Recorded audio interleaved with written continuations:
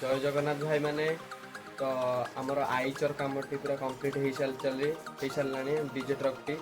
तो मुझे आपण मान कैमेरा सेपट कर देखा तो आपण मैंने कहे डीजे ट्रक टी केमती कंप्लीट हो क्षमा मागुची डीजे ट्रक टी भिड कर पारा ना एबे आगु जो जिते भी डीजे ट्रक भिड आसो मो यूट्यूब चैनल पकईदेवी तेणु गोटे लाइक करूँ गोटे सब्सक्राइब करूँ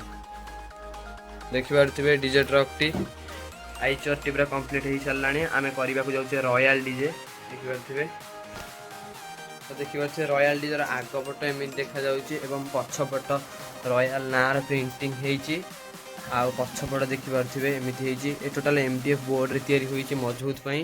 तो देखिपे एवं ये डीजेटा बॉक्सटा आमर ये लगे एवं देखिपे तो से जो रनिंग लाइट 3 मीटर अच्छी यहाँ लगे तो मुझे चाहूँगी आपण मैंने गोटे भिडियो टी सब्सक्राइब करूँ मोर आगू जिते अपडेट आसपण देखी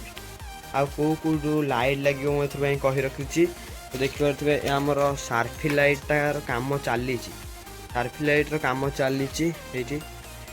सार्फी लाइटर कम चलती एवं ये लाइट लगे आउ ये रनिंग लाइट टी लगे देखिपे आउ 12 वोल्ट बैटेरी चलिए बैटेरी चलेबा एवं आपको जो पाइबा से चल पार बैटेरी चलुची गाँ दांडे भी चल पार आपण मानक कहीदेक चाहूँगी कि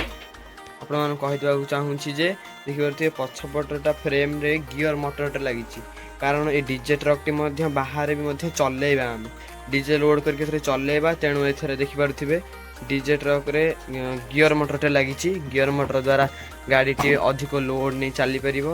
तो देखिपे तो ये भिडियोटा मुझे रखिली